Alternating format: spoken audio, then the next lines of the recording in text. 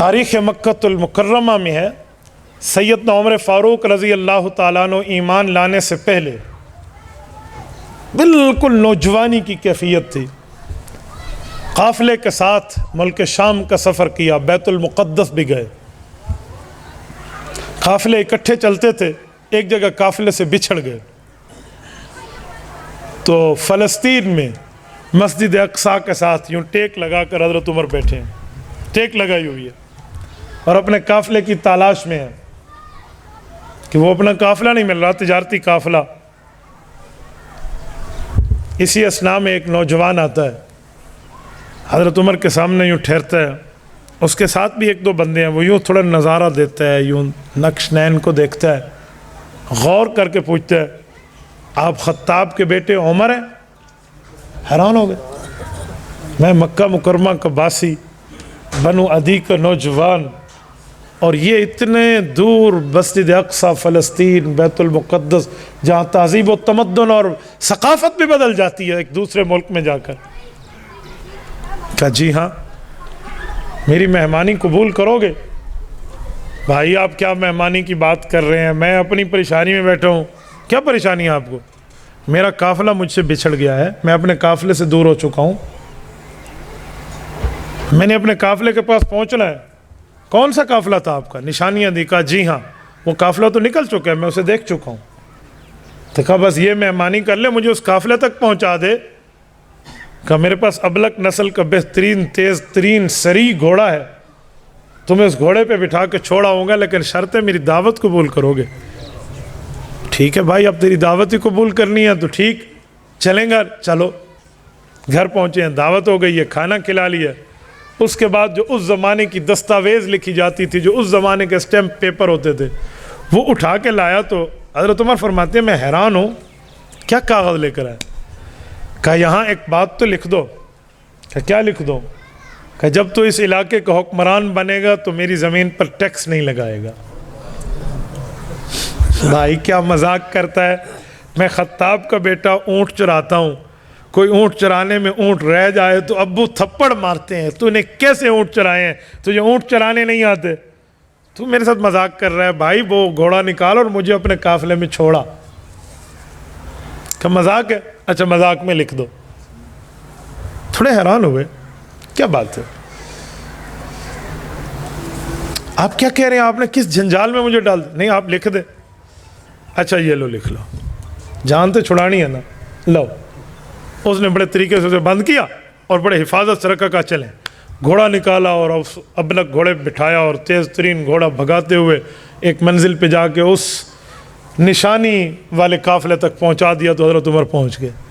بات آئی اور گئی ہو گئی، وقت گزرتا گیا گزرتا گیا گزرتا گیا، اعلان نبوت ہوا ہے، حضرت عمر دشمن رسول اول درجے کے شروع میں بنے ہیں، پھر سر لینے کے لیے سب نے انہیں بہادر بنایا، خود کو بزدل بنایا، ہم سے کچھ نہیں ہوتا، تجھ سے سب کچھ ہوتا ہے، تو جا، یعنی خود نو ہجڑا منے ہیں نا سارے نے، تو ہی جا نا، ابو جہل اینڈ کمپنی نے، ہم نہیں چل سکتے آپ جاؤ، رب نے منوایا کہ تم میں ان جیسا کوئی نہیں ہے، تو یہ سر لینے گئے ہیں، اصل سر دے کر آئے ہیں، معاملہ کچھ اور ہے، ایمان لے آئے ہیں، معاملہ چل پڑا ہے، حتیٰ کہ ہجرت ہوئی ہے، مدینہ منورہ پہنچ آئے ہیں، بات حاشیہ ذہن سے بھی نکل چکی ہے، رسول اللہ دنیا سے رخصت ہوتے ہیں، حضرت ابوبکر امیر المؤمنین بنتے ہیں، حضرت ابوبکر کے بعد حضرت عمر امیر المؤمنین بنتے ہیں، 22 لاکھ مربع میل پہ اسلامی پرچم لہرا رہا ہے، لیکن بیت المقدس کا فتح ہونا بھی باقی ہے۔ بیت المقدس فوجیں پہنچی ہیں، جنگ کے بجائے وہاں کی پادریوں نے کہا کہ اگر لڑائی کے بجائے امن میں ہم ایک دوسرے کو کچھ سمجھا لیں۔ کہا جی بہت اچھا، ہم تو لڑائی سے پہلے کی بات سمجھنے اور سمجھانے کی بات کرتے ہیں۔ کہا جی ٹھیک ہے، پھر ہماری شرط ہے ہم بغیر کسی جنگ کے آپ کو چابیاں اس مسجد کے حوالے کریں گے اگر تمہارا حکمران وقت ہمارے پاس آ کر ہمارے سوالات کا جواب دے۔ کہا بہت زیادہ؟ کہا جی بالاسرار۔ کہا اچھا میں مدینہ منورہ لکھ کر بھیجتا ہوں۔ وقتی طور پہ جنگ بندی ہو گئی، وہاں کے کمانڈر ان چیف نے لکھ بھیجا ہے، حضرت عمر فاروق رضی اللہ عنہ کے پاس آئی ہے بات، حضرت عمر فاروق رضی اللہ عنہ یہاں سے تیار ہیں اور یہاں سے سفر پہ جانے کے لیے ساتھ اپنے غلام قلی اسلم ایک تابعی ہے نا زید ابن اسلم رضی اللہ، یہ ان کے بیٹے ہیں، اسلم حضرت عمر کے ساتھ ہے اور یہ ایک سواری رکھی ہے اور چل پڑے ہیں، اور طے شدہ بات تھی کہ اتنا میٹر اتنا کلومیٹر کا سفر میں نے کرنا ہے، آپ نے مہار پکڑنی ہے، پھر میں نے مہار پکڑنی ہے اور آپ نے سواری کرنی ہے۔ کیا سرونٹ اور کیا خادم! ایسے ہی معاملہ چلا حتیٰ کہ وہاں پہنچے۔ جب وہاں پہنچے تو وہ اتفاق یہ ہوا کہ حضرت عمر فاروق کی باری تھی مہار پکڑنے کی۔ غلام نے کہا حضرت اتھے تے مان لو نا، ادھر تو مان لینا، مجھے نیچے آنے دے، سامنے وہ لوگ ہوں گے، آپ اوپر آ جائیں۔ کہا انصاف انصاف ہوتا ہے، آپ اوپر بیٹھو۔ تو وہ پادری لب کے اوپر والے کی طرف، وہ غلام تھا، اس نے کہا امیر المؤمنین یہ ہے، انہوں نے کہا جی ایک نشانی پوری۔ یوں چلتا رہا معاملہ، پیوند گنے، سب کچھ ہوا۔ میں کچھ اور بتانا چاہ رہا ہوں، آخر میں بغیر جنگ کے چابیاں حوالے کر دی نا، فتح ہو گیا ہے، ساری نشانیاں پوری ہیں۔ حضرت عمر رضی اللہ تعالی عنہ اس جگہ بیٹھ کر سوچ رہے تھے یہاں پہلے بھی کئی بار آیا ہوں، اور اسی دیوار سے اتفاقاً ٹیک لگائی ہوئی ہے جہاں کے زمانے یہ واقعہ پیش آیا تھا۔ اب دیکھا تو ایک بوڑھا ہے، دو بندوں کے کندھوں کے سہارے پہ آ رہا ہے، اور آتے ہوئے حضرت عمر کے سامنے یوں ٹھہرتا ہے جیسے اس وقت ٹھہرا تھا۔ ابھی نظروں میں اندر دماغ میں بات چل رہی ہے کہ ایک دوسرے کو کہیں دیکھا ہے، ایک دوسرے سے کہیں جان پہچان، کوئی انٹروڈکشن، کوئی تعارف کچھ ہوا ہے، کوئی شناسائی ہے۔ وہ شخص وہی سوال کرتے ہیں آپ عمر ہیں نا؟ یہ آواز بھی میرے ذہن میں کسی زمانے میں گونجی تھی، یہ اندر بات چل رہی ہے۔ آپ خطاب کے بیٹے ہیں نا؟ یہ بھی مجھ سے پوچھا گیا تھا، کہاں تھا، کیا معاملہ تھا؟ یہ جیسے لوڈنگ ہوتی ہے نا، یوں چل رہا ہے معاملہ، اوپننگ ہو رہی ہے، بات کھل رہی ہے۔